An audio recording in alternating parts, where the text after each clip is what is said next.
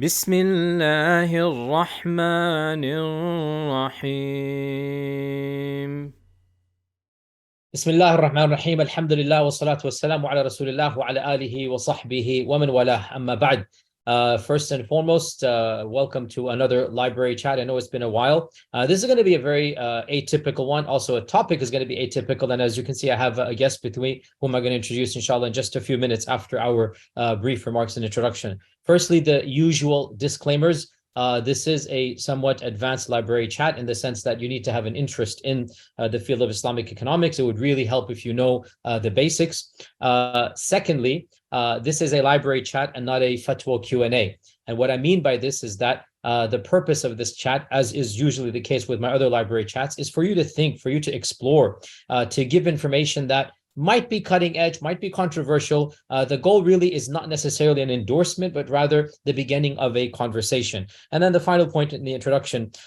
So as you're aware, I've said this many, many times. I don't view myself to be a specialist in modern Islamic finance and economics. I don't give fatwas that are outside of the mainstream. I really consider myself to be, this is not my area of expertise. Those areas that I feel confident, I'm more than happy to break away from the majority and have a minority opinion, and I can defend that opinion. Feel free to agree or disagree. But when it comes to the field of buyu', of iqtisad, of Islamic economics, I fully am cognizant of my own shortcomings in this regard. I just never had a passion for the field. I've studied it in the basics way. I also had a private teacher I studied with, back in the day in Arabia when I was there studying. We went over modern buyu', interesting field. And I decided I don't want to specialize. So if you listen to my Q&A, I'm always quoting you Majma' al-Fiqh, I'm quoting you the Fiqh Council, I'm quoting you the mainstream Fatawa councils, most of whom follow AOFI. Now, for those of you that are aware, there is a countercurrent of alternative views. And since the beginning of my preaching and teaching, people in that countercurrent have told me that I should be more aware of this countercurrent. I should be aware of the alternative side and views. One or two of them have even said that if I were to specialize, knowing who I am, they feel I would be more sympathetic to the alternative side of things. That's their interpretation of my own views.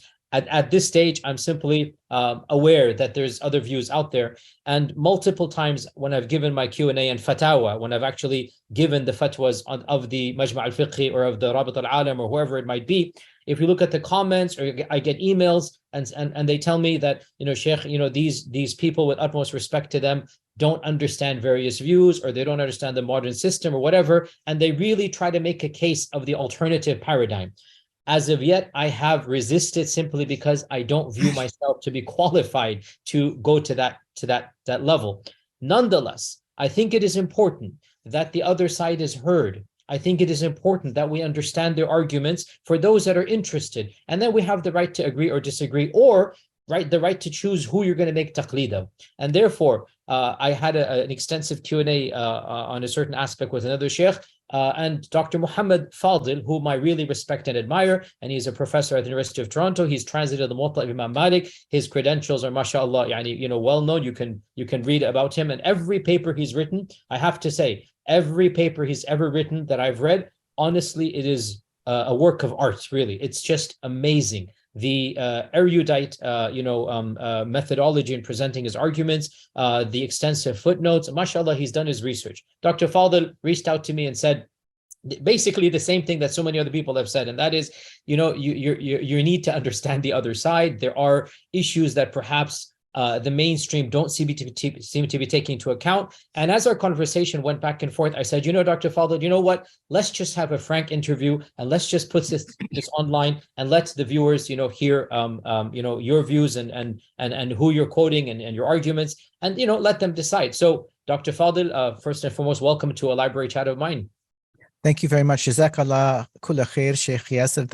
That's like probably the most generous introduction I've ever heard about myself, and I don't feel eminently, not nearly good enough to warrant that kind of praise. But alhamdulillah, I'm very gratified to hear it. Alhamdulillah. And so I told you when I called you, this is a really, really vital question for the average Muslim. And so I just feel it's important that the average Muslim have a much better understanding of the issues so that they can make a better decision for themselves and their community, because it's so critical to our lives, particularly for those of us who live in North America. Indeed. And Dr. Fadel, for those who are not fully aware of your background and whatnot, I know this is awkward, I'm putting you on the spot, but can you just give us a very brief synopsis for our viewers who don't know, your background and, what you're doing and the studies that you've had? If you can summarize for a little bit. Sure. So I was born in Egypt, but my family immigrated to the United States when I was 3 years old in 1970. So, had a very conventional public school education. I went to at the University of Virginia, majored in politics. And then I did a PhD in Near Eastern languages and civilizations at the University of Chicago. I wrote my dissertation on legal process in medieval Islamic law, focusing on the Maliki madhab. And during my dissertation, I studied informally a basic Maliki text called a Sharh al-Saghir with a sheikh in Cairo. So a Sharh al-Saghir is the Maliki fiqh book that is taught in the Azhari Thanawi system, the secondary school system. So I read that text with the sheikh. And then in the context of my own dissertation, I became much more familiar, I would say, with advanced Maliki fiqh texts. So as a scholar, I consider myself a specialist in Maliki fiqh, more or less. After I finished my PhD, I then went to law school at the University of Virginia again. I graduated in 1999. After that, I clerked for a federal district court for a year, and then for the Federal Court of Appeals for a year. And then I practiced law in New York City with a fairly well-known Wall Street law firm for 4.5 years. And then I joined the faculty at University of Toronto in 2006, where I teach business organizations, the law of corporations, international business transactions. And then I have a seminar on law and religion, which is the focus of my scholarly research for the most part. So most of my publications are in Islamic legal history with a focus on Malikism, but also Islam and political theory and democracy and constitutionalism. And I've written a couple of articles about Islamic commercial law, right? Particularly the rules regarding Ribā, and what are the kind of ethical values that Islamic law promotes in the field of commerce. MashaAllah. So Dr. Fadel, you're one of the very few people who's actually combined a PhD in Islamic studies, Near Eastern studies, traditional training as well in Cairo, and JD. And so you're basically very rare. Actually, don't know anybody else who's done all of what you've done, mashallah. And I do encourage the readers that are really interested to just Google Dr. Fadel's name, download some of his articles, and see for yourself the level of output and the grasp that Dr. Fadel has. Also the mind, because how you're trained really affects how you view the world. And so having gone through a PhD and a JD, along with some traditional training in Qahira and Cairo, with some Azhari shuyukh and whatnot, subhanAllah, the mind of Dr. Fadel is really a very, very unique mind. And every time an article is released, I eagerly download it and peruse it. And sometimes some of your stuff with the commercial stuff goes above my head, I have to be honest, but some of your other stuff, well, it's really resonated with me. And we've had a number of deep interactions. So I'm very honored that you are here to share your views with us, inshallah ta'ala. Well, if I could just say that, Yeah. the rules in fiqh on commerce are very, very difficult for us to understand, because the modern economy is so radically different than the kind of economic life that the Salaf lived and that the people in the Middle Ages lived. It's very hard for us to even imagine how commerce was organized, right? And that's part of the problem. That's part of the problem, is that it's not like prayer. So prayer, the Prophet ﷺ taught us how to pray. We pray, and we can easily imagine what it was like to pray during the Prophet's lifetime. But it's very hard for us to imagine what it was like to get what you needed to live in the 7th century. There was no grocery store around the corner where you just go, right? No credit cards, no checks, no banks, right? Radically different world. And so you have to spend a lot of time trying to figure out what's going on in order to make sense of what they were talking about. And so it's one of the big barriers. Yeah, and one final point before we begin our more deeper discussion. I use this generic, understanding of classical buyur with modern Islamic iqtisad as a segue to my deeper talks of the need, the necessity to rethink through fiqh issues in light of modern contexts. And anybody who studied any matan of fiqh, the buyur or the chapters of commerce that you study and finance that you study are frankly so disconnected from the worlds that we live in. The average Muslim will hardly benefit from any of the classical books when it comes to buyur. And if you were to read any modern book of Islamic finance, you will see at the surface level basically zero correlation between that book and between classical fiqh. Basically, for the initiate, for the novice, you're going to think those are two different disciplines.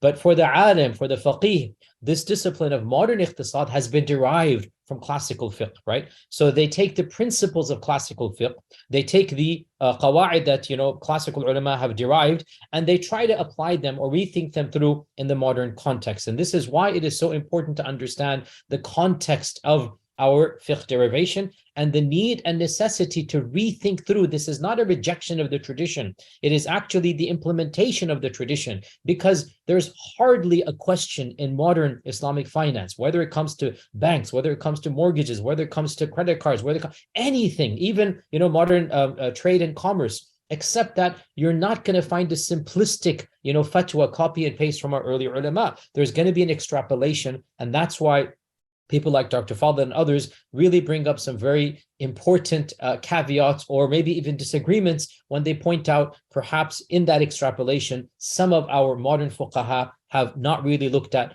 issues that they might not be aware of because they're not in the field. Dr. Fadel has been in the field. He's been working as a lawyer. He's been involved in commercial contractual issues. So therefore, it is important to hear a voice like his. With that long introduction, Dr. Fadel, let me ask you the first question, and I think you have a PowerPoint slide as well, so that might be useful to bring up when you're ready. But let's begin with the basics. What is riba, and in the Quranic sense, and how can we understand it in light of our modern times? So, Bismillah, let us begin, Okay. Dr. So can you see my slide here? I can actually, yes, I can. Okay, great. So I think the most important thing for us as Muslims is to begin with what the Quran says about riba.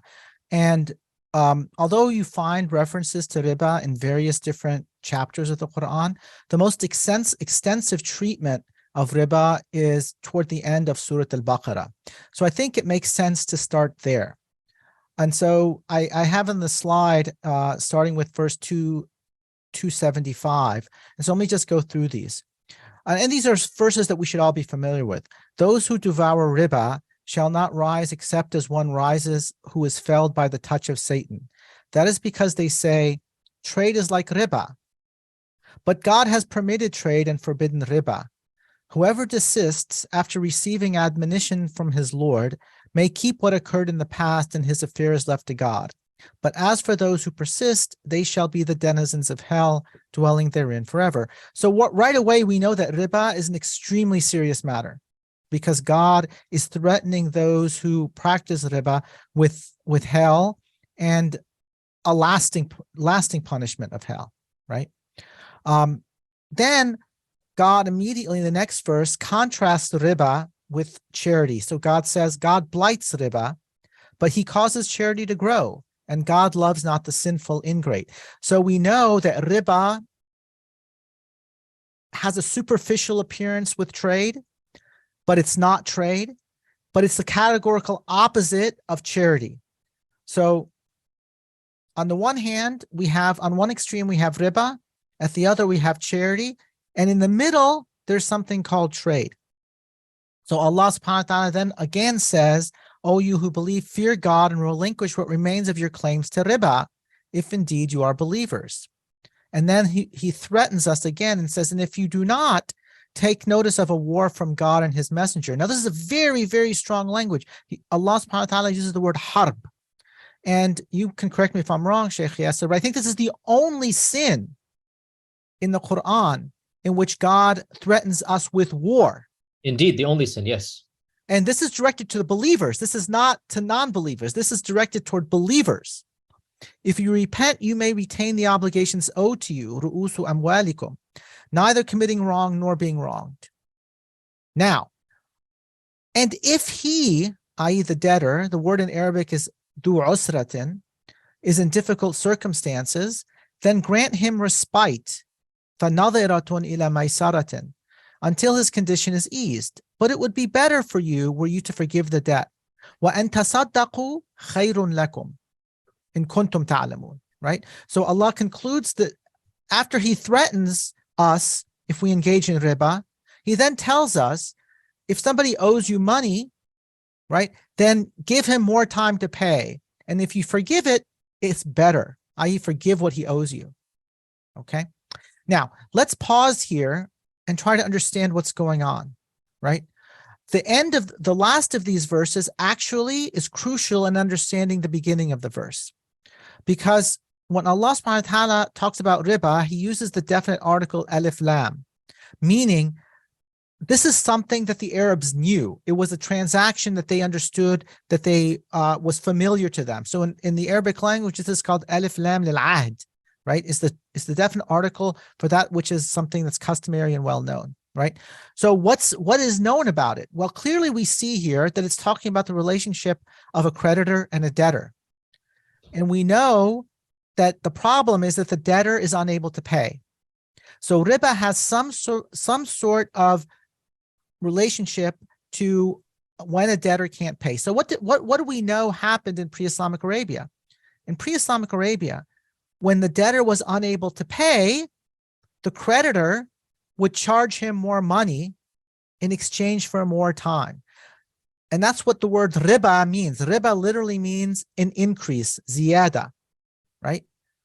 So that's what the Quran is talking about here, that when the debtor, and this is the obvious sense of the verses, is that you should not, when your debtor is unable to pay you, give him more time in exchange for him giving you more money. Now, the Arabs thought that this was like trade, because what do you do when you're trading? Let's say you have a car. Well, you sell it to somebody and you want to make a profit. So the Arabs said, well, trade is all about buying and selling at a profit. So riba is no different than trade, because all you're doing is just getting an increase in the debt. But Allah says, no, it is not trade, right? It's not trade. And I want to explain why it's not trade. It's superficially like trade because it seems that there's consent, because the debtor consents to it. And from that perspective, it looks like trade. But it's not trade because the debtor is not receiving any new property. So in a normal situation, if I sell you my car, I give you my car, and in exchange, I get money, right? So property is going back and forth both ways. But in the transaction that the Quran is describing, the debtor is not getting any new property from the creditor, but nevertheless, the creditor is getting more property from the debtor, right? That's why it's not trade, even though it superficially resembles trade, okay? This also teaches us why riba is the opposite of sadaqah.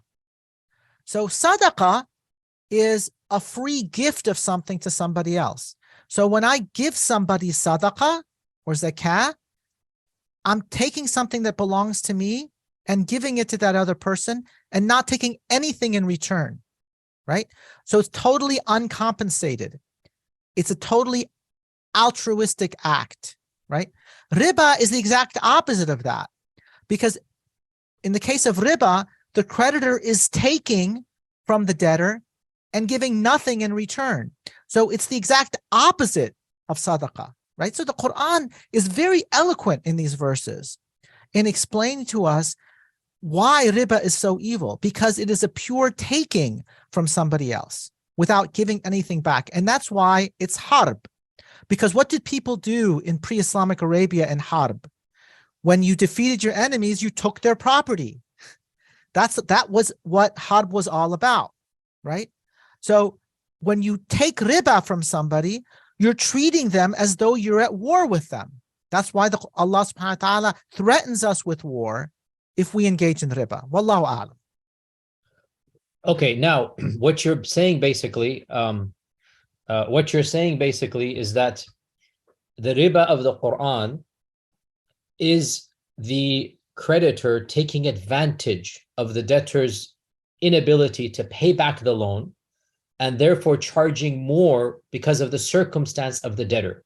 And it's not prearranged. Is that correct? That's correct. So the Mufassirun, the commentators, the earliest commentators are explicit in this point, that they said that the pre-Islamic Arabians said that there's no difference between riba and profit, because the profit, the ziyada, the legitimate profit, is specified at the beginning of the contract. So what difference is it if we do it at the beginning or at the end? But Allah said, no, when you do it at the end, it's riba. And as I explained, the illah, the hikmah is clear, because when you do it at the end, you're not giving the debtor any new property. So when I sell you something on credit, I'm giving you property, and in exchange, you're promising to pay me money. So both of us are being treated fairly. We're both benefiting. But when we do it at the end, I'm not giving you anything new in exchange for the new money you promised to give me, right? That's why it's a pure taking. Yeah, and you know, this last verse 280, it's really interesting. وَإِنْ كَانَ ذُو عُسْرَةٍ فَنَظِرَةٌ إِلَى مَيْسَرَةٍ. It seems to me very clear, and like you said, this is also the dominant interpretation. Some have said it's the only interpretation of this actual verse, because Allah is saying, if the person is in difficult circumstances, then you are required to give him extra time until he's able to repay you, which seems to indicate the Quranic riba is that they would not give extra time for free. The Quranic riba is that when the debtor is in difficult circumstance, you squeeze him for even more. And you're like, okay, tough luck, you're going to have to pay me extra now. And that's why Allah is saying, وَإِن تَصَدَّقُوا. But if you were to forgive the entire debt, فَهُوَ خَيْرٌ لَكُمْ كُنْتُمْ تَعْلَمُونَ. So it's very interesting. Okay, so yes, go on, Dr. Fadel. Yes. And so, and just to confirm this reading, what are the verses that come after this, right? It's the longest verse in the Quran, 282. It's about debt. It's called, yeah, right? Exactly. And this is such an important verse. We don't realize that this verse comes in the context of riba, because riba is the prohibition against riba is intended to protect debtors, right? Well, how do you make this rule effective? You make it effective by ordering people to write down their debt contracts. Because if you write down your contract at the time you contract the debt, then you can prove what you actually owe, right? If you never write it down, then it's very easy for the creditor to coerce you into lying about how much you owe. So you can get riba through the back door, right? But when you write down your debt and you have witnesses to it, then the obligations are clear, and it's much harder for the creditor in the back end to cheat you with riba, right? That's why the verse of the dain of recording debts comes immediately after the prohibition of riba, right? So the hikmah of the Quran is so clear here if we read everything together, right? And it's so important. It's so important that we record our debts that Allah says, even if you are on a journey and you can't find people to write down your debts, because writing back then was not something that everybody did, take pledges, right? Farihanun maqbuda. Again, this is something that we don't understand, because today we don't use collateral in this way. But at the time of the Prophet ﷺ, one of the most fundamental uses of collateral was as evidence of the amount of the debt owed. So when people were on a trading journey and they entered into a credit contract, but there were no scribes around, which could be very well the case, Allah ordered them to take pledges. And in fact, if you read early fiqh books like the Muwatta, a lot of the detailed questions center around how to use ruhun as evidence for the amount of the debt that was owed. Right? Can you give an example, Dr. Fadel, for our viewers understand? Give an example, a classical. Like let's say we're on a caravan. We're going to Syria from Medina, right? Mm-hmm. Or returning. And so I was in Syria. I bought some merchandise, right? And then you looked at it and said, "Oh, this is really great. I'd like to buy that from you, but I don't have cash." So I agree to sell it to you on credit, right? but we don't have a scribe to record the amount. So let's say I sold it to you for 10 dinars. You have property in your possession that's worth 10 dinars. So you give me that property as a rahn, as a pledge. So let's say a nice, beautiful decoration piece. Let's say I have a jewelry, a vase, I happen to have it. Yeah. And so you give that to me as a pledge. And so that pledge now serves as evidence that what you owe me is 10 dinars, because we know that the value of this vase is 10 dinars. That's what this verse is. And if you're on a journey and cannot find a scribe, then take a pledge in hand. فَرِهَانٌ مَقْبُوضَةٌ. So the pledge is transferred from the person who purchased the merchandise to the one who sold it. So it's now basically temporarily there. When you get to your destination, you're going to do the swap. You're going to give the 10 dinars and take the rihan or the vase or the jewelry back. But the point is that the value of the pledge is evidence to the whole world about how much you owe me. Yes, right? A rough equivalent. That is exactly because the way to protect, I mean, it's one thing to prohibit riba, but then you have to have rules to make this prohibition effective. And one of the most effective ways of preventing riba is documenting debt obligations, right? Perfect. And so the Quran is very clear about this, right? Now, just in case people think that Muhammad Fadel is making this up, this is the evidence that we find in early fiqh books and tafsir books. So I'll just give one example. This is from the Muwatta. So Malik has this hadith in the Muwatta. It's not a hadith, it's a report of a tabi'i. Yeah, it's an athar from the tabi'un. So Zayd ibn Aslam said, in the days of ignorance prior to Islam, unlawful gain, that's my translation of riba, was understood to consist of the following transaction. Someone was owed an obligation from another due on a future date. And yakuna lirrajuli ala rajuli al-haq ila ajal. And when payment of the obligation became due, the creditor would say to the debtor, will you pay me what you owe, or will you increase the principal sum owed and defer payment to the future?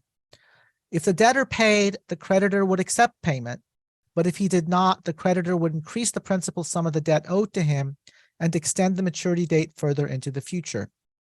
Now, the one thing that's very interesting here is that Zayd ibn Aslam uses the word haq ila ajal.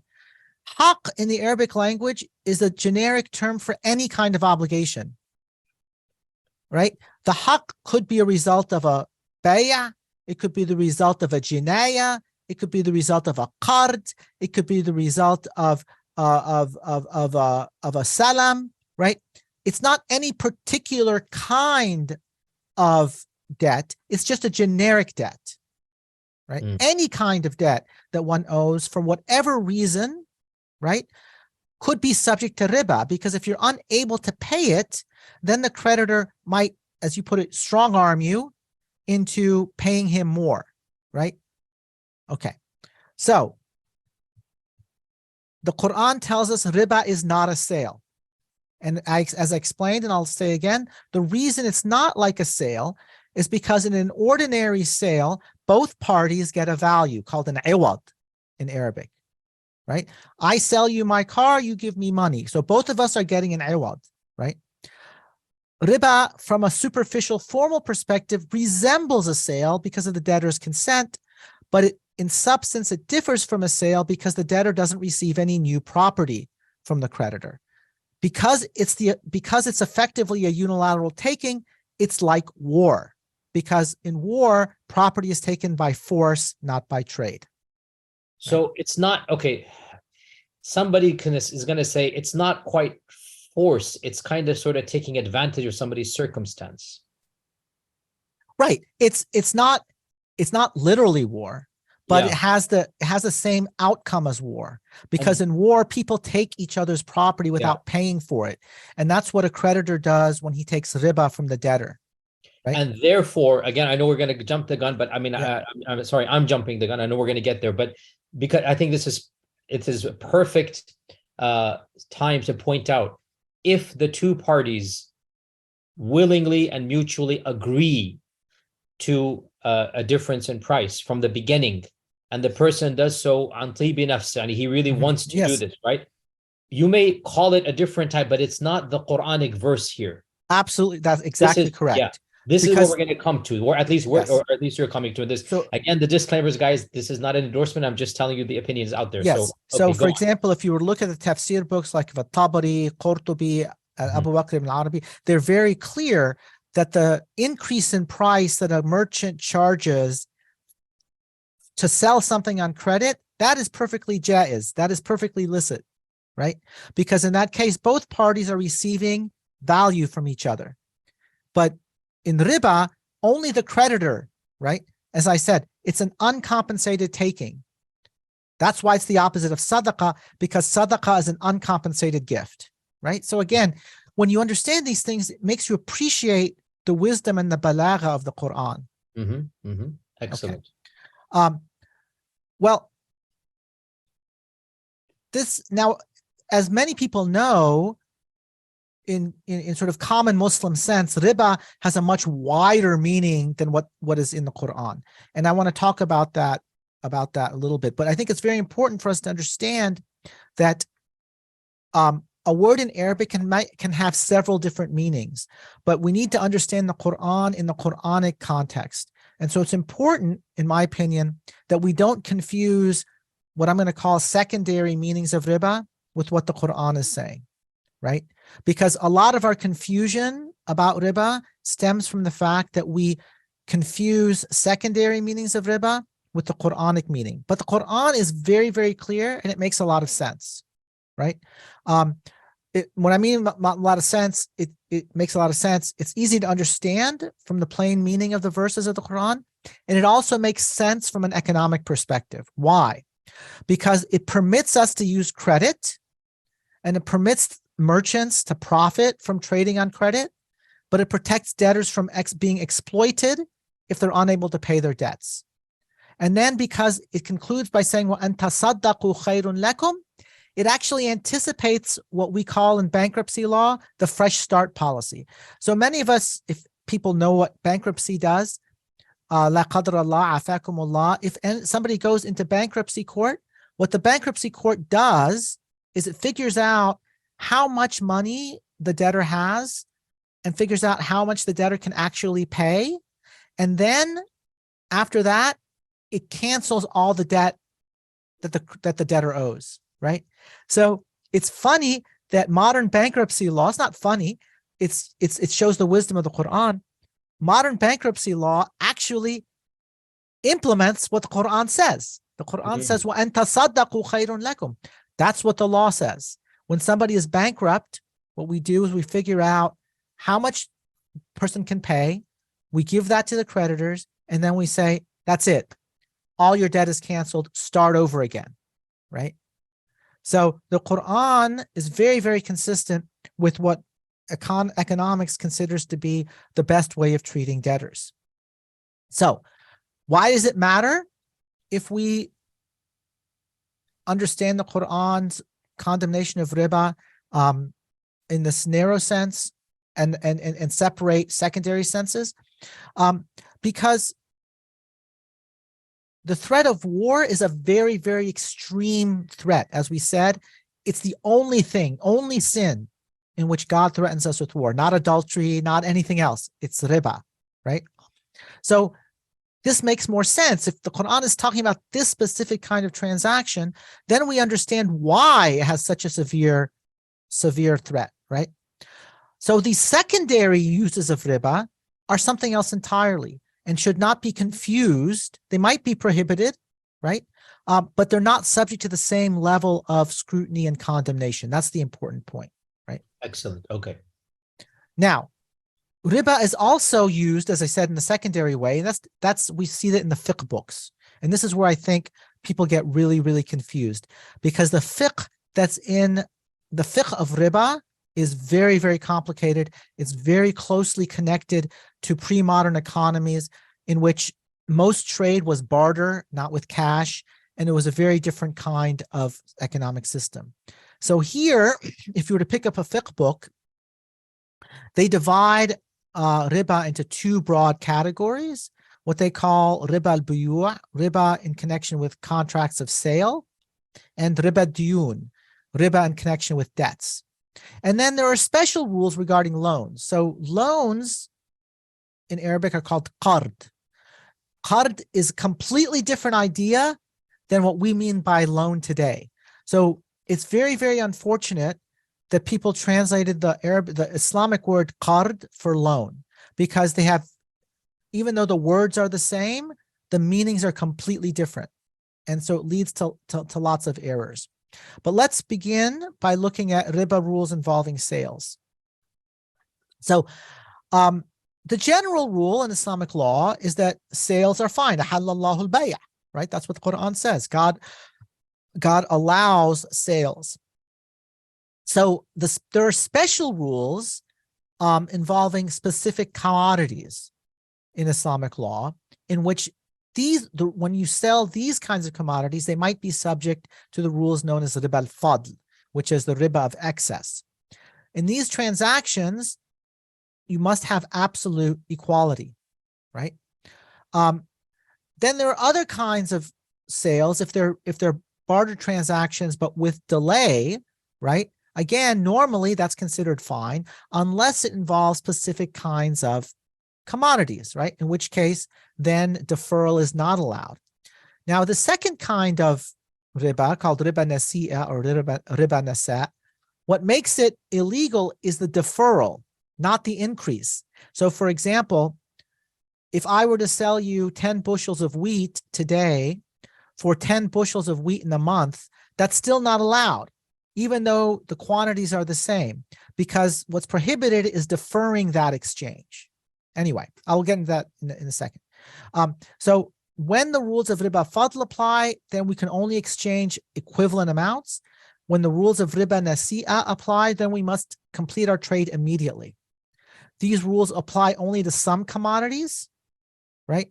But never apply if it's not a barter, right? So if I sell gold for wheat, or if I sell wheat for silver, then these rules don't apply, right? Let me just pause 1 second for our viewers. So the examples of riba al-fadl and riba nasi'a, it's one of the most contentious issues within the 4 schools of law. You will find 3 different or 4 different opinions within these schools about when does it, which substances or which items are going to be under fadl, which items are going to be under nasi'a, and it's one of the most standard controversies of fiqh.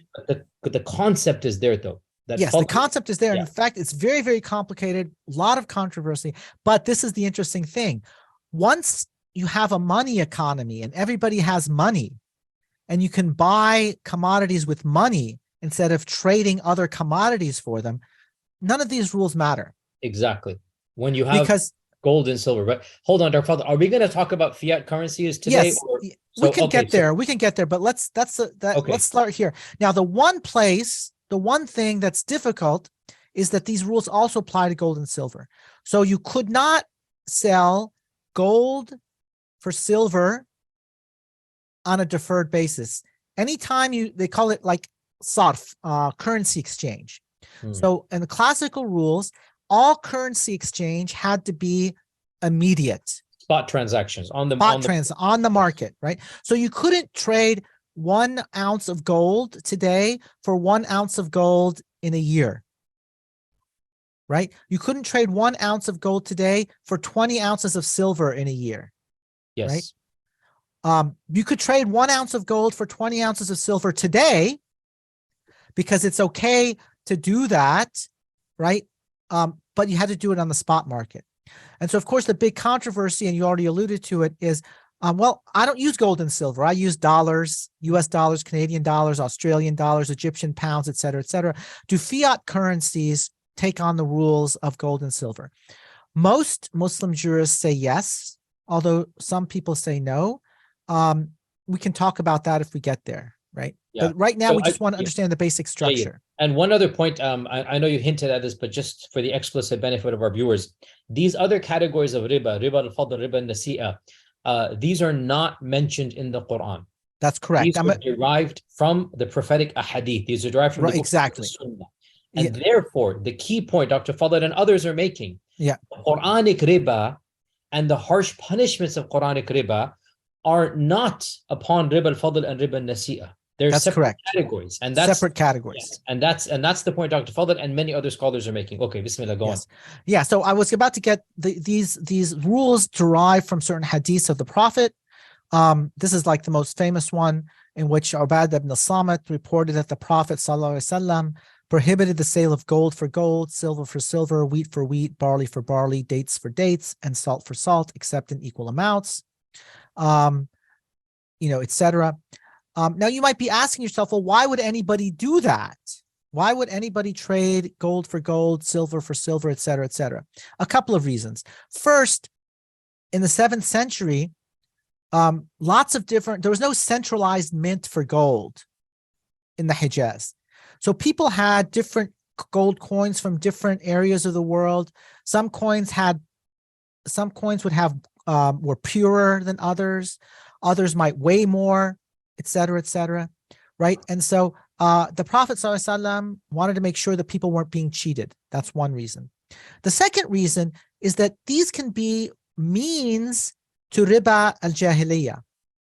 So let's say I owe Shaykh Yasir $100 and it's time for me to pay him, but I don't have the money.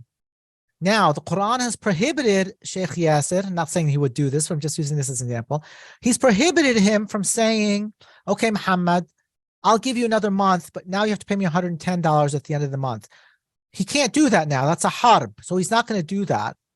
But what he might do is say, okay, Muhammad, sell me 2 pounds of dates for this 1 pound of dates that I'm going to give you, right? So Ribā al-Fadl could be used as a trick to circumvent the prohibition against Ribā al-Jahiliyyah. So that's one reason why the Prophet ﷺ probably prohibited Ribā al-Fadl, because it can be used to circumvent the prohibition against Ribā al-Jahiliyyah, right? So let me ask you, Dr. Fadel, because again, this is not my area of expertise, and the question you asked, why would somebody do this, has always been troubling me, or I never had a solid answer. In the classical time frame, like in our time frame, a dollar is a dollar, right? Doesn't matter how worn up, tattered it is. In the earlier time frames, would a newly minted dinar, fresh off the stock, would that perhaps get you more bargaining power than an old used dinar that is? Of course, because as coins circulated, they would get worn out. There was a common practice. For example, there was no change, right? So people would sometimes literally break a coin. Like, let's say I bought something worth 3/4 of a dinar. Well, there's not a 3/4 dinar coin. So people might break a dinar and then give you 3/4 of it. So oftentimes people would buy and sell by weight rather than by number. So, and I'm not talking about breaking. I'm talking about a worn out dinar. Yes, and they would just wear out over time. Okay, right? So this makes a lot of sense. Okay, this is a very interesting point. So a dinar is not the same as a dinar, basically. Exactly. Of course not. That's why, at least in the Maliki madhab, the preference is that people measure by weight rather than by number, right? Mm. But oftentimes for convenience, people use number. Then there's another issue that coins would be adulterated. People would like mix them with lead or copper. So even though it's supposed to have, like the dinar is supposed to have 4.25 grams of gold. Lots of gold dinars circulated. They called them naqis, that they didn't really have 4.25 grams worth of gold, right? Okay. In any case, so it was a very, very complicated monetary system. There wasn't a Federal Reserve Bank that had a monopoly of a money, right? This is what I'm saying. The differences in our economy and their economy are massive, right? But in terms of agricultural products, this is easier maybe to understand. There are lots of different kinds of dates. Some are very high quality, like let's say majul dates. And then there are dates that are low quality. So sometimes people would want to exchange a large quantity of low quality dates for a small quantity of high quality dates. But the Prophet prohibited them from doing that and encouraged them to sell for money and then buy what they want because it's fairer, right? So there are wisdoms behind Ribā al-Fadl, right? But it's not the same thing as what the Quran is talking about. That's clearly, if you were to buy a bushel of wheat for 2 bushels of barley, ila ajal or whatnot, clearly that's not fa'adhanu biharmillahi wa rasulih. That's just, it doesn't. am I It's correct still a in saying, sale, of course, because it's still a sale, yes, right? and am I correct in saying that there's really no controversy amongst the classical fuqaha that riba is not the No, la'natullah as far and as the, I know, no yes. controversy, So because this isn't some modern opinion. This is a no, mainstream standard opinion. the Exactly. Yes. fuqaha understand that riba is darajat. There are Exactly. levels of Yes. riba, right? Unfortunately, Dr. Fadel, in my experience, most of the awam al-Muslimin do not understand that. And they Yes. lump all riba together. And this is one of our biggest problems. Like when you talk about riba, people get so ultra sensitive. They think all the riba is the Quranic riba. And they Yes. don't understand the categories of riba. But yes, Yeah. bismillah, go on. So let's move on now to the riba of debts. So the fuqaha said there are three kinds of riba that can apply when we're talking about debts. So we already talked about one of them, riba al-jahiliyyah. And the characteristic feature of that is defer my debt and take an increase in what I owe. That's what the nas of the Quran prohibits. And that's what the Quran describes as a harb.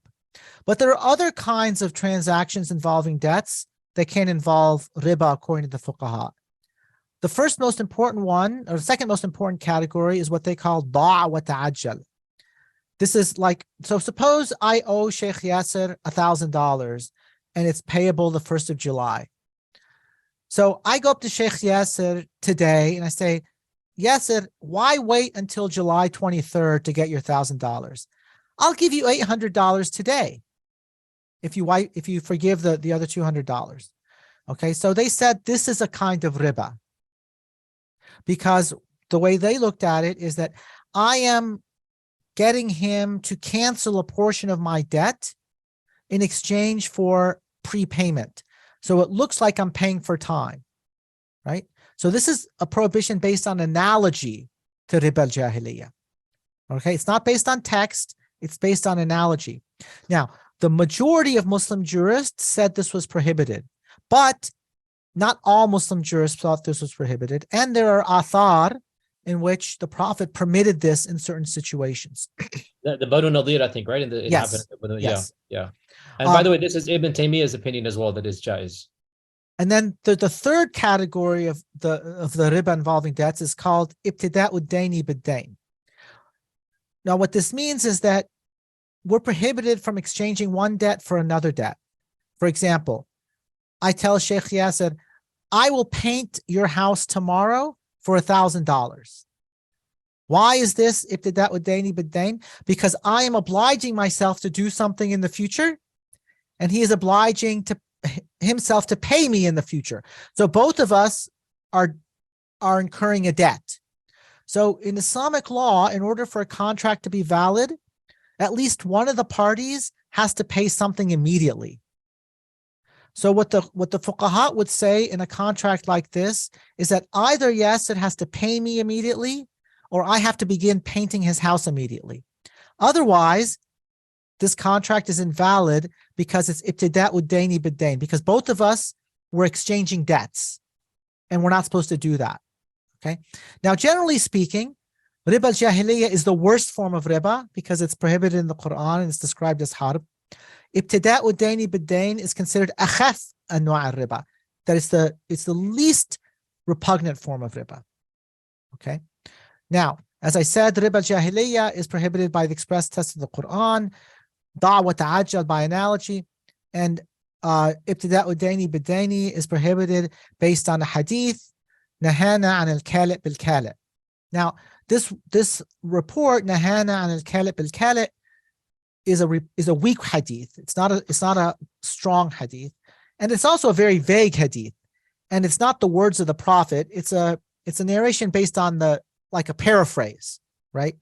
We could say a conclusion, and it's for that reason I think the fuqaha decided that this was the weakest form of the riba prohibition, but it does enjoy a consensus. So at least among the Sunni schools, there's a consensus that we shouldn't form a contract by both parties indebting themselves to each other. So you want to just briefly put a footnote on Bay' al-Salam over here? Yes. So Bay' al-Salam is what's known as a forward sale. So you've probably heard that a Muslim should not sell what he doesn't have, right? Yeah. So this is a very well-known hadith, and if you pick up any book on Islamic finance or Islamic economics, they always mention this hadith. The rules on it are a bit more complicated because the Prophet ﷺ also permitted something known as Bay' al-Salam. So Bay' al-Salam is when I sell something that I don't have on a promise to deliver it to you in the future. So how did the fuqaha, reconcile these two rules? They said that the prohibition against selling what you don't have is if you sell a very specific thing, like this iPhone.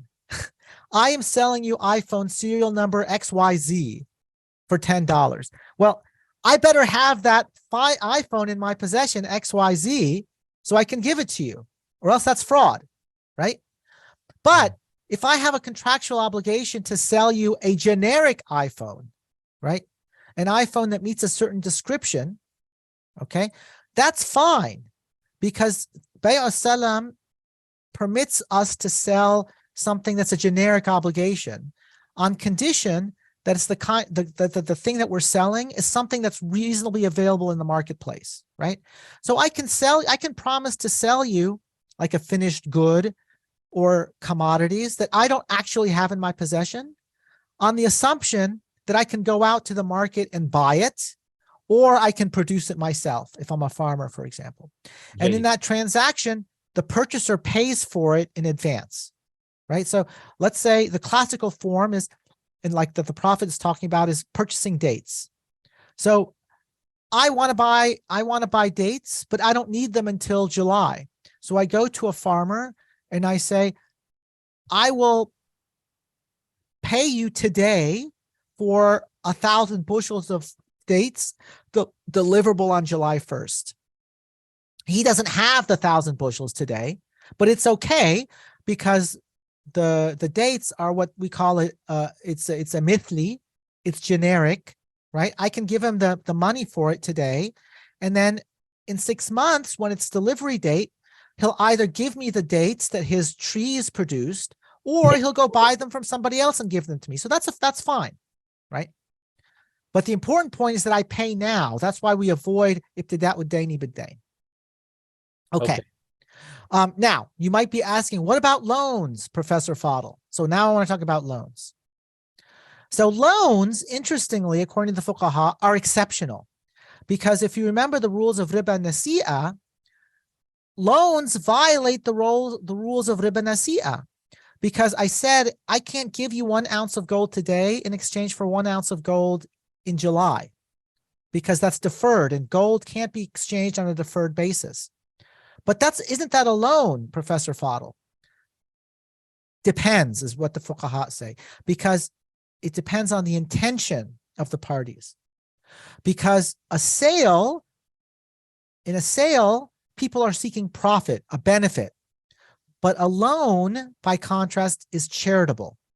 This is the condition for the validity of a loan. A loan must always be for the benefit of the borrower, not for the benefit of the lender. And you see this in the definition that the fuqaha give. So, for example, the Hanafis define a loan as something that originates as a gift and concludes in repayment. So, أوله تبرع أو هو تبرع ابتداء معوضة انتهاء. Right? So many of the fuqaha say it's actually, you are not permitted to put a repayment date in a loan. If you put a repayment date, it's no longer a loan, right? The Malikis, however, permit the lender to put a repayment date, right? The Malikis say that a loan, define a loan as a gift of a fungible in exchange for an equivalent as a debt for the sole benefit of the recipient, right? So this is different than their definition of a sale, because the idea is it's for the sole benefit of the recipient. The lender should receive no benefits from the loan. That's why the rule in fiqh is that a lender cannot stipulate any kind of benefit from the loan, right? The Arabic expression is salafun jarra naf'an, right? So the Prophet, according to the fuqaha, there's a hadith that says nahana an salafin jarra naf'an, that the Prophet prohibited us from any kinds of loans that benefit the lender. Like the hadith naha an al-kali' bil-kali', this is a weak hadith, except it enjoys consensus of the scholars. Now, in fact, there's a maxim, right? There's a maxim of the qawaid, kullu qardin jarra manfa'atan fahuwa riba, right? Exactly. every loan that brings about some benefit for the one who gives it is a type of riba. Yeah, and they took this very, very, very seriously, right? So for example, if I lent you money, you were not supposed to come to my house. I was not supposed to stop by your house for lunch, right? Because the idea would be I'm surreptitiously benefiting from my loan. Well, just to clarify, unless you had the routine of doing this as friends anyway. Exactly. Yeah, you don't take advantage of somebody you give loan. Yeah. Yes. Now, for a long time, this really puzzled me. And I thought, how could you make so many rules based on a very weak hadith? And then I realized it's actually very consistent with the Quran. If you go to the Quran tells us, قَوْلٌ مَعْرُوفٌ خَيْرٌ مِنْ صَدَقَةٍ تَتْبَعُهَا أَذَى. Yeah. Right? And so the Quran is very keen on separating ma'ruf from tijara. So tijara, it's fine to seek profit because everybody knows that we're trying to seek profit and you're on guard, right? If I go to the market and I'm trying to buy something, the seller knows I'm trying to get a good deal. And the buyer knows that he's trying to get a good deal, right? So we're both on guard. The fuqaha call that musawama, right? And that the assumption is that the parties have a relationship, arm's length relationship characterized by mushaha. Everybody's trying to get his own benefit. But ma'ruf is different. Ma'ruf, I'm supposed to be just doing something for your good. And so if I turn around and then try to profit from the charity that I'm giving you, I'm destroying the sadaqah. I'm destroying it, right? So even though the hadith nahana an salaf and jarra naf'an is weak in terms of meaning, it's well attested in the Quran, because the Quran tells us about that sadaqah has to be purely for the benefit of the receiver, not for yourself, right? Now, what's the take-home point for all of this? Because you might be saying, well, does it really matter if it's in the Quran or the hadith? It's all prohibited, right? Well, as I said earlier, the fuqaha are in agreement that these secondary forms of riba are not as sinful as the Quran's. And secondly, how do we know this? Well, first of all, we don't have the same kinds of threats with it. But more importantly, the Prophet ﷺ made exceptions to these rules, right? But there are no exceptions to riba al-jahiliyyah. But there are exceptions to the riba that the Prophet prohibited. So for example, one of the most important exceptions is what's known as bay' al-araya. So in bay' al-araya, fresh dates on a palm tree would be exchanged for dried dates. And you could do this in a quantity of up to 5 awsuq. Now, 5 awsuq is actually quite a large amount. It's not like a cup, it's not pocket change, right? It's a year's worth of food, right? It's a very large quantity. And the Prophet ﷺ did not even limit this to poor people. Any Muslim could take advantage of this rukhsa, right? But this rukhsa violates both the rules of riba al-fadl and the rules of riba al-nasi'ah, right? It violates the rules of riba al-fadl because you can't ordinarily exchange fresh dates for dried dates, because that violates the requirement of equivalence. Why? Because fresh dates will shrink. So if you have a kilogram of fresh dates, you don't know how much they will be when they dry. So you can't exchange them for dry dates. So all the fuqaha prohibit that as a trade, because by definition, it violates the rules of equivalence, right? It also violates the rules of riba nasi'ah, because the owner of the date palm receives dry dates immediately, but he doesn't deliver his obligation until harvest time, right? So this rukhsa is quite a major exception to the rules of riba al-fadl.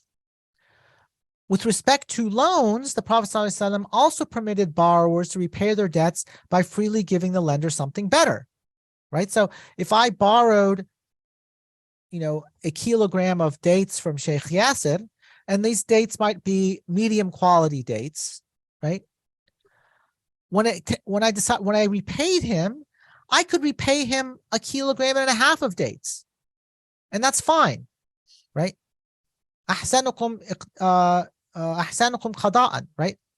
Yeah, and the hadith zin wa arjih, weigh out the debt and give some more. Yeah. So when he told Bilal that, give more, even though, of course, had this been preconditioned, it would be riba. Exactly. But it's not preconditioned, and you're encouraged to actually give more. Yes. As long as it was freely given without a stipulation, it was considered fine by the Prophet ﷺ, right? And there are other exceptional rules in the Sunnah.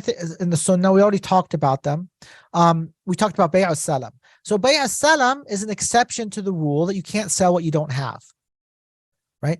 But the Prophet allowed that because you have to have a way to encourage future production, right? So farmers need money so they can grow their crops, but they don't have their crops yet. Where do they get money? They get their money by selling their crops. So you're in a chicken egg scenario. So the Prophet allowed them to sell their crops before they grew them to merchants who had money, right? And then they could use the money from the merchants to buy what they needed to grow their crops, right? And this seems to go against the prohibition of la tabi' ma laysa indak. Exactly, right? Likewise, another big example, a very, very major exception is mudaraba or qirad. So in a qirad or a mudaraba, everybody calls it mudaraba, we Malikis call it qirad. That's when you hire somebody to trade on your behalf. So I have $100,000, but I'm a law professor. I don't know anything about business. Shaykh Yasir is a merchant. So I give him my $100,000 and we agree that he'll take 20% of the profit. I'll get 80%. And he trades with it. Now, according to the rules of fiqh, normally speaking, that's not a valid contract, because when you hire somebody to do something for you, you have to specify how much he's going to get paid. So his wage, his ajr is now uncertain. There's gharar. And so gharar would make it invalid. But nevertheless, it was permitted. Why? Because of the immense need that people have to invest their money. Because most people don't have the capacity to invest their money in commerce. Not everybody's a merchant. Only some of us are merchants, right? So the Prophet ﷺ allowed us, those of us who aren't merchants, to give our money to merchants and let them trade with it, even though they're not going to get a specific wage for it, right? We can give them an indeterminate wage as an exception to the rule that normally the wage has to be fixed, right? And then we see the fuqaha themselves made exceptions to these rules. So for example, again, in the pre-modern period, you were asking about coins. One thing people did was they would take raw bullion and they would go to the mint and they would give the raw bullion to the mint, and then the mint would make coins for them, okay? So the custom was the mint would take a fee. So let's say I gave them, 100 grams of gold. They might give me 98 grams worth of gold dinars in exchange because they're getting paid to produce the coins, right? So that's literally a violation of the prohibitions of Riba Fadl and Riba Nasi'a, but Malik permitted that. And in fact, he said that was the practice of the mint in Damascus, that you go there, you give them your gold, you give them your silver, and they keep a small amount as a fee for turning them into coins, right? Malik also permitted other transactions involving food, which technically violated the rules of Riba Fadl and Nasi'a because it furthered the good of the people. So again, you have to put yourself in the shoes of people living in the Middle Ages. So you're a farmer, you grow a bunch of sesame seed, right? Now you want to have sesame seed oil because sesame seed oil you can keep in your home for a long time, whereas sesame seeds themselves will spoil. The problem is, you don't have a lot of sesame seeds, right? You might have a few kilos, right? But your neighbor has a few kilos and that neighbor has a few kilos. So if you go to the oil press and you put them all together, then you can get a significant amount of sesame seed oil and you can split it up. The problem is this would technically violate the rules of riba because this is food and it's so subject to the rules of riba, and you need to make sure that you're exchanging in equal amounts. But it's impossible to, because you don't know how much oil is coming out of which set of seeds. And then if every person had to press on his own, nobody would get any oil, right? So Malik permitted these kinds of partnerships, despite the fact that it violated rules of riba, because So- as he said, لا بد للناس مما يصلحهم. Right? So Yeah. I think this is a very, very interesting example because this is technically a type of riba. Yes. And Imam Malik himself is saying, but this riba, I mean, people need to do it.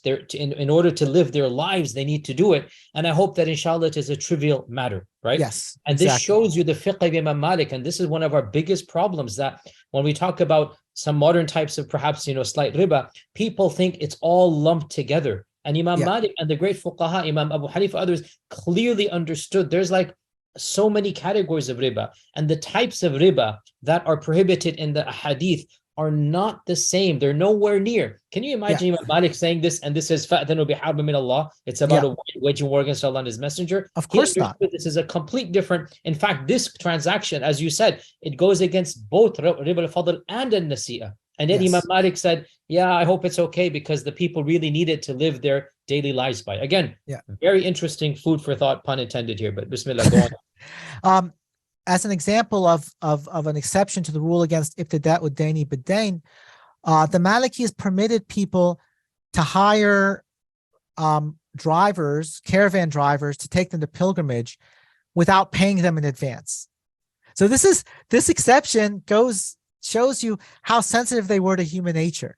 They said, remember I gave the example that if I were to hire myself to paint Shaykh Yasir's house, the rule said that either he pays me in advance or I begin working immediately. That's what the rules say. But the Maliki said, if you tried to do that for pilgrimage caravans, everybody's going to get ripped off because the camel herders are going to take your money and disappear. Right? If you paid them in advance, right, they're not going to show up when it's pilgrimage season. So you can contract with them in advance, a binding contract, and defer payment until actual pilgrimage season, right? Even though that's a violation of the rule of ibtidat ud-daini bid-dain. And by the way, I just want to point out, Dr. Fadel, the modern economic system of the world basically it's entirely based upon ibtidat ud-daini bid-dain. Exactly. We sign contracts with nothing actually happening, We're basically exchanging duyun. And by and large, the Majami' al-Fiqhiyya have had to allow this because of the reality of, and this is a type of, again, these are types of riba that we have to overlook. And anyway, so I just wanted to keep on pointing these things out. Yeah. And then another example is the Hanafis permitted istisna, even though it violates the rule against selling that which you don't own. Now, istisna is subtly different from salam, because salam involves a generic obligation like 1,000 bushels of wheat, 1,000 bushels of dates, 1,000 barrels of oil. Those are all what we call in law fungible items. Like you don't care which barrel of oil, you just want the oil to match certain descriptions. But istisna is for what the fuqaha call ayn, like a very specific thing. Yes. And that's why it's a much more sort of grave exception from the prohibition about selling what you don't have in your possession. So I was saying, for example, istisna would be, so our viewers understand, istisna would be that you contract, you go to a carpenter, you pay him money to make something for you, right? Exactly. And he has not, he doesn't have it yet. He's going to construct it. This is istisna. He hasn't built the bookshelf. Yes. Right? Well, so this is a particular bookshelf. Yeah, these are custom built bookshelves. It's not generic, right? It's made to order. Right? Exactly. Yeah. He can't go out in the market and buy a new one, right? It's not generic. It's made to order, right? And so you would think that this would be prohibited by the hadith. Don't sell what you don't have, but the Hanafis and other fuqaha following them gave a rukhsa, because how else are we going to get artisans to build us things? The modern fiqh councils as well, you have to make a concession. Again, like you said, because the system has changed. Modern economics is no longer like 7th century bartering, and the world wouldn't live if you didn't have aqd al-istisna. Yeah. So just to to conclude on this section. So the fiqh, the prohibitions in fiqh go well beyond what's in the Quran, right? The textual basis of some of these rules is well attested, while others it's weak, except that they enjoy a certain kind of consensus. The Prophet ﷺ himself often made exceptions to these rules. Muslim jurists themselves also made exceptions to these rules and other rules, sometimes based on need, sometimes based on what's known as hayal.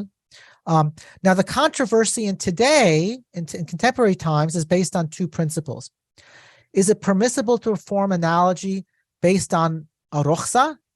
Because the argument is, well, a rukhsa is an exception, so you shouldn't do an analogy based on exception. That's kind of the position of the jumhur, the majority. And then the second big controversial question is need sufficient to justify an exception to a prohibition, or is only genuine necessity, darura, is what permits an exception to a rule? So these are the two areas of controversy in the modern world. Now I want to shift briefly to talk about how we apply these rules in our lives, right?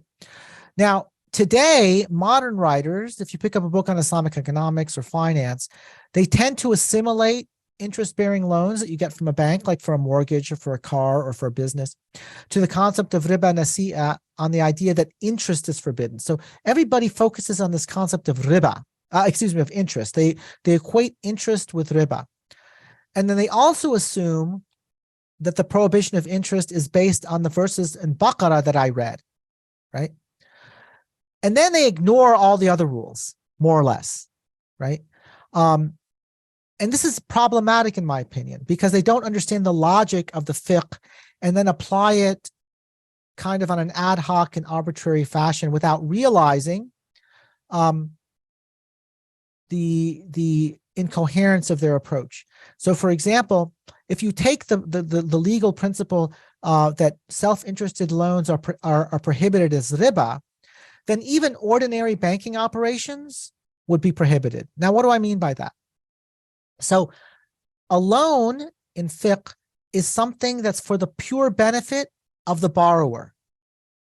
Okay, that's what it says. If you get a benefit from the loan, then it's riba, according to the classical view of the fuqaha. Now, what happens when you put money in a bank? I go to the bank with $100 in cash. I have a checking account. I put $100 in my branch that's down the street from me. But then I fly to New York, let's say. I can get my money from New York. Well, that's a benefit to me. Any ATM in the world. Any ATM in the world. Yeah. So even the simple matter of withdrawing your money anywhere in the world, according to the fuqaha, is a benefit. So you've lent the bank money, because when you give them the bank your money, that's a loan, legally speaking. A lot of people don't understand this. But when you put your money in the bank, you don't have a claim to the specific dollar bills that you gave the bank. That money that you gave the bank is the bank's property because you've lent it to them. And now you're a creditor. So if you look at their balance sheet, they have a line that's called credits and debits. So they are indebted to you in the amount of $100 that you gave them, right? So it's a debt that the bank owes you. That's why we have to have deposit insurance. Now, the fact that I can now collect that debt anywhere in the world is a benefit to me, right? To say nothing of the fact that they're paying all my checks. So even aside loans, if we take this idea salafun jarra naf'an seriously, then we have a huge problem. But the obvious answer is that, well, there's a pressing need for us to have this systems of payment, right? And so therefore, this kind of riba is forgiven because of the need and necessity, right? Mm. Now, what do Islamic banks do to avoid interest-bearing loans, right? Because they've assimilated interest-bearing loans into the riba of the Quran, which they then said is harb from God. But the reality is, what they're doing is a kind of ahila, a kind of stratagem. Typically, they do what's known as back-to-back sales. So they'll have a series of sales, whether you call it ijara, mutanaqisa, or musharaka, or bay' murabaha. It's all several contracts put together, and it's what the classical fuqaha would call as bay'ina, in which you're using a series of sales to synthesize an interest-bearing loan. And of course, bay'ina is classic controversy between the madhahib. Some allowed it, some prohibited it. Exactly. Well known. Yeah. So this is what Malik says about bay'ina in the Muwatta. A further distinction has been made between the rule that prohibits a person from selling something not in his possession, but prohibits him to accept payment in advance for something that he has not yet owned. That's bay' salam. That's fine. But there's another rule governing an intermediary, what he calls sahib al-aina, like a bank, who extends credit to finance a sale. The intermediary, the sahib al-aina, this is the person who has a lot of gold but doesn't have goods. The intermediary comes to the market bearing his gold, which he wishes to use to purchase things solely for the purpose of reselling them on credit. He says to the merchants in the market, "Here are 10 dinars. What goods would you like me to purchase for you to then sell back to you on credit?" It is as though the man were selling his 10 dinars in cash for 15 dinars payable on a determinate date in the future. For this reason, the transaction is prohibited and is deemed nothing other than a ruse to obtain an unlawful gain. Now, I have nothing against Islamic banks, but this is exactly what Islamic banks do. They have extra cash and they tell merchants, "What do you need? I'll buy it for you, and then I'll sell it to you on credit at a profit." Now, a credit sale is perfectly permissible. I said that from the beginning. Nobody disagrees that a credit sale is permissible at a profit. What's controversial is when the person who's selling it didn't own it already. All he had was cash and then goes out and buys it just for the purpose of selling it. So at least in this case, Malik said, no, that's not permissible. That's just a loan with interest, right?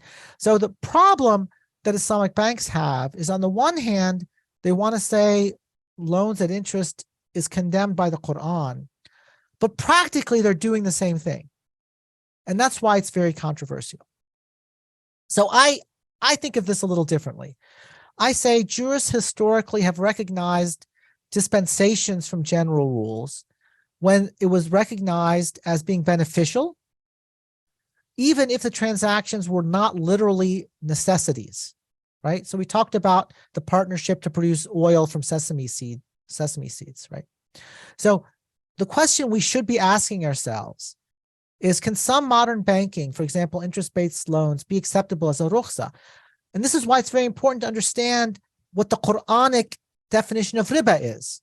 The Quranic definition of riba is taking advantage of a bankrupt debtor. Now, an interest-bearing loan, it might be sinful, all things being equal, but it's not what the Quran is talking about. Not taking advantage of a person in dire circumstances. And so now we need to ask, can there be a rukhsa for this kind of arrangement, right? And so many jurists, when banking started in the early part of the 20th century in the Islamic world, a lot of early jurists said yes, in certain with quyud, with conditions, right? And why did they think this? Well, one argument is people need a safe way to invest their money. Like, think of a woman, a widow, who lacks, she has money, she's inherited from her husband, but she doesn't know how to invest it. But she needs to invest it to make a little bit of a profit, but it needs to be a safe investment. So they said, well, if you can get interest from a banking account, that's safe, that's good for her, so it's beneficial for her. On the other side of the ledger, businesses, governments, consumers need access of the savings of other people to finance what economists call long-lived assets. So if you buy a house, you're not going to consume the house in a day. It's not like buying an apple and then you eat it and it's gone. You buy a house, the house lasts, inshallah, 50 years or 70 years or 100 years, right? So of course it's beyond your means to pay for a house in cash, because you haven't worked for 100 years to make the money to pay for it, right? So there's this mismatch between the cost of something that's going to be around for a very long time and your ability to generate the income to pay for it. So you need to bridge that gap by borrowing from other people, right? And as I said, most people don't know how to invest. So you need some sort of intermediary, which banks can do, right?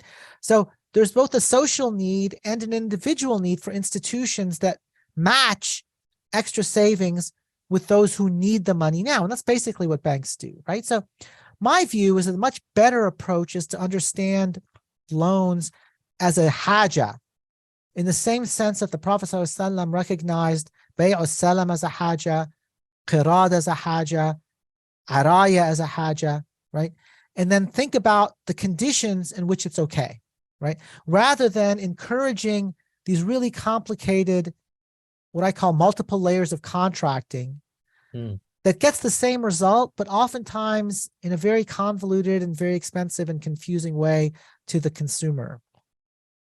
So to conclude, strict application of classical rules would make much of modern commercial life impossible for Muslims in the West, and even in Muslim majority countries, because of the breadth of the classical prohibitions, like the prohibition against self-interested loans. Modern Muslims have, without explaining why, narrowed this prohibition to just interest-bearing loans, right?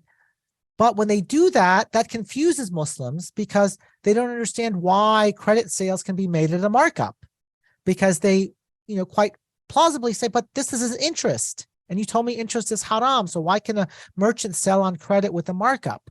So we end up in a position saying some interest is okay and other interest is not okay, right? So it's confusing to people.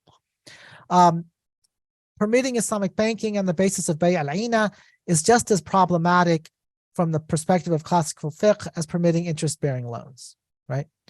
And then finally, the systematic and universal demand for credit in the modern economy proves that financial intermediation is a genuine need in all human societies. And this, therefore, justifies a dispensation from ordinary rules, just like the Prophet ﷺ granted special dispensations because of the needs of his society, right? Now, we should be careful. Just because we permit some interest-based lending doesn't mean we should just leave it unregulated to do whatever we want, because there's a qaida in fiqh, a rule, الضرورة تقدر بقدرها وما لا يدرك كلها لا يترك جلها, right? So there's a wisdom in discouraging people from taking debt. Let's translate that any type of need has to be taken in its context. You don't allow a need to become broader than it is. And that which you cannot take in its entirety, it doesn't mean you abandon it in its entirety as well. Right. So you can have narrow exceptions to the, and what I'm saying is we should keep the general prohibitions in the fiqh and just make the exceptions that are necessary for our lives, right? Not get rid of them entirely. Second, I think that we, particularly those of us living in the West, we should work toward establishing community-owned banks that are not-for-profit, right? So in the United States, there is an idea of a not-for-profit bank. They exist. There are models for not-for-profit banking that we can imitate. Now, these aren't interest-free because there are costs involved in banking, right? But the interest that not-for-profit banks charge are designed just to cover their operating costs. And anything that's in excess of that is returned to the customers of the banks, right? So it's a very good model for us to develop in our communities. Now, for-profit Islamic banks are a second best to not-for-profit banking, but it's preferable to not having any financial institutions at all, right? If we can't get Muslim mutual not-for-profit banks going, then it's not, I'm not going to say let's not have Islamic banks, because we need to have communal institutions, right? Because having communal financial institutions are crucial for strengthening the community. You'll notice that every immigrant community that's come to the United States has developed its own banking institutions. And the reason for that is oftentimes immigrant communities, marginalized communities, are excluded from credit by mainstream institutions. And it's crucial. I mean, how are people supposed to sort of rise up socially if they can't get access to credit to start a business, right? If we need to empower our community to take advantage of their God-given skills and talents. And if they don't have access to credit, it's very hard for them to do that. So we as a community need to develop institutions that extend credit to our Muslim brothers and sisters to help them achieve, fulfill their God-given talents, and that'll strengthen the community, right? And so I hope that people find this helpful, inshallah. Inshallah. And Dr. Fadel, I want to point out that, what you're saying, frankly, it's not as radical as a lot of people presume. Actually, if you look at the fatwa from the 70s and 80s that permitted mortgages for us living in the West, And this fatwa has gained traction. It is, I would say, now the dominant position, even of some of the more conservative strands. Over the last 30, 40 years, they've come to realize actually the arguments presented by Shaykh Qadhi and others were actually very solid arguments. And it's essentially along the same lines of what you're arguing. I had a nice conversation with Dr. Akram Nadwi as well. You can find that online, where he basically says exactly what you are saying. And that is that the types of riba that are prohibited by the Sunnah are of a much, much lesser category than that prohibited by the Quran. And those categories should be allowed in the case of haja, because the Sunnah itself shows us that you can allow that which other ahadith have forbidden in the case of haja, and you give an entire 2 slides with regards to that. I know as well Dr. Judair as well. I've heard a number of his lectures. I've met him a few times as well. Dr. Judair as well has a similar type, again, not the exact same, but a similar, he's in the same ballpark where he's talking about the Quranic riba being one thing, and then the types of riba we are engaged with primarily in our lives are a totally different one. And there is a greater concession for the need, and he calls it riba. He says the mortgage that you get, or the interest on that you get, it's a type of riba. It's that riba prohibited by the hadith. It's the riba that is a wasila to the Quranic riba, but it is not the Quranic riba, and therefore it doesn't have the same rulings. And therefore, if there is a haja, Dr. Akram basically says, Dr. Akram Nadwi's position is, if there is a haja, not even a darura, if there's a haja, then the Sunnah teaches us that the secondary and tertiary ribas should be allowed when there's a haja. That's his perspective. And then, of course, Qardawi had a slightly different, which is some hajat tunazzil manzilat al-darurat, right? Especially the haja amma. And of course, you have Al-Juwayni and others who make this argument. In any case, bottom line to the viewers here, well, firstly, we have to conclude, time is up, but Dr. Fadel, honestly, I really appreciate you spending, mashallah, an hour and a half or more with us. Secondly, a very thorough, very intellectually stimulating presentation. I was following along throughout the entire presentation. Lots of questions have come, but we don't have time. Thirdly, for the viewers that are listening, I hope, inshallah, this is the first of other conversations with Dr. Fadel, so this isn't the only one. And again, for the necessary disclaimer, this is not a fatwa. This is not, in my particular case, it's neither an endorsement nor a critique per se. It's a neutral, presentation of the facts of Dr. Fadel. And of course, my own views, I've given them in the longer Q&As. I personally do allow mortgages for the house that you live in, and I allow student loans, even if it's with interest, if there's no other mechanism. Dr. Fadel's presentation is a little bit more permissive, if you like, and he's not coming out of thin air. I mean, as you can hear the arguments, they're very, very solid. But just to be technical at this stage of my life, I neither endorse nor criticize. It's a position out there, and some scholars have said it. Any concluding remarks, Dr. Fadel? No, I want to echo what you just said. I don't want anybody to think that I am claiming to be a mufti or anything of the sort. I view myself as a scholar of Islamic law. I do my best to understand what the fuqaha taught us, and I try to live them as much as I live my life as a Muslim, but as a lay Muslim, but one with a little bit of understanding. And I just wanted to share what I've learned and over the years with my brothers and sisters, and hoping that they can live also an Islamically rewarding life in this life and the next, inshallah. Excellent. Really appreciate that. One of the requests I have for the viewers that are interested in these fields, please take some time to read and specialize. We need specialists in Islamic economics. We need specialists who understand the modern world, not just, who have been cut off from the actual transactions and corporate realities of living in the world. We need people who are working with, astaghfirullah, I'm not endorsing it, but work with the banks and the investment companies, and then specialize in Islamic finance so that they can tell us, well, these laws might not be applicable in this particular situation, argue for or against. And, Dr. Fadel has a resume, a track record that, inshallah ta'ala, it makes him worthy of holding that opinion. Whether you agree or disagree, definitely, in my opinion, he has the right to hold his opinion and to then, present it and justify it.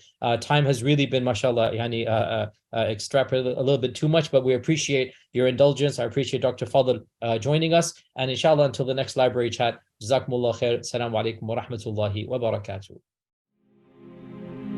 فيا ذلي ويا خجلي إذا ما قال لي ربي أما استحييته تعصيني ولا تخشى من العتب وتخفي الذنب عن خلقي وتأبى في الهوى قربي، فتب مما جنيت عسى تعود إلى رضا.